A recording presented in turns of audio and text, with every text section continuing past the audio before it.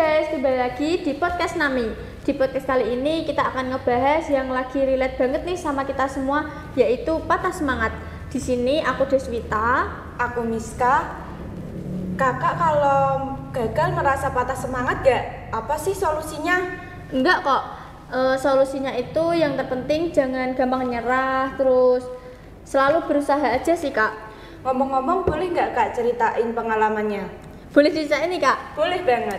Waktu aku tuh, ini pengalamanku waktu SD ya. Waktu aku kelas 1 SD kalau nggak salah, itu aku pernah dapat ranking 27 dari 32 siswa. Itu aku dimarahin banget sama orang tua aku kan kak, gara-gara nilainya jelek gitu. Terus intinya aku HP-nya ya disita, HP disita, terus nggak boleh main aja di depan rumah gitu loh kak. Aku dimarahin loh kak sama bapakku. Intinya aku tuh di rumah tuh harus belajar terus gitu, sampai waktu itu aku berhenti sekolah 1 tahun. Jadi kan aku ngulangin di kelas 1 lagi nih. Terus itu aku ngulangin lagi. Alhamdulillahnya pas ngulangin itu aku dapat rankingnya selalu dapat satu terus, ranking 1 2 1 2 gitu terus kan kak, sampai kelas 5. Terus pas kelas 5 itu aku dapat masalah itu aku ngedrop banget. Aku dapat ranking di atas 10. Pas dapat ranking di atas 10 itu aku dimarahin lagi nih kak, dimarahin lagi. Nah habis itu aku belajar lagi pas pas naik kelas 6 ya kayaknya. Pas naik kelas 6 itu aku dapat ranking 3. Nah itu kan udah alhamdulillah banget kan. Nah pas naik kelas 6 itu aku belajar terus buat ujian. Itu kan waktu covid kan ujiannya nggak terlalu terlalu belajarnya kan nggak fokus kan kak, karena belajar di rumah gitu. Pas waktu ujian itu aku bisa ngejar dapat ranking 2, lulus.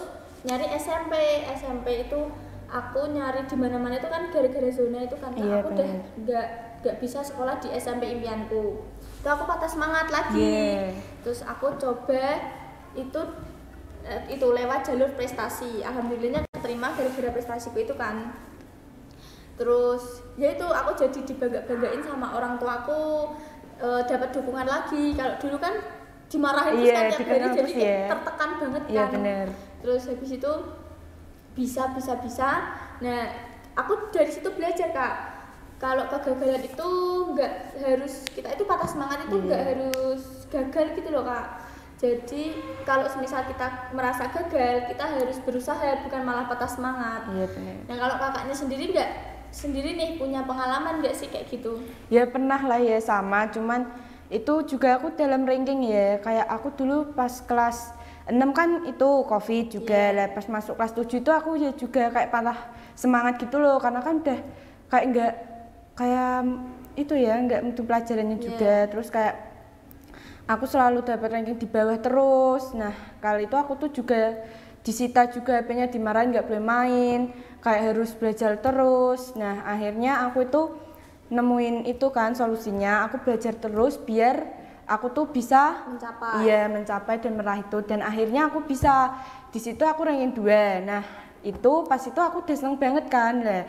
Terus aku kelas 8 itu mulai itu ya nurun lagi. Bener, langsung aku kayak HP ku disita gitu, langsung disuruh belajar terus.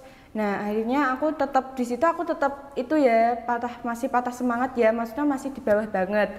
Aku sampai kelas 9 tuh masih tetap di situ, dan akhirnya mau lulus itu baru aku itu bisa rankingnya bisa naik lagi, bisa di 10 besar lah intinya itu.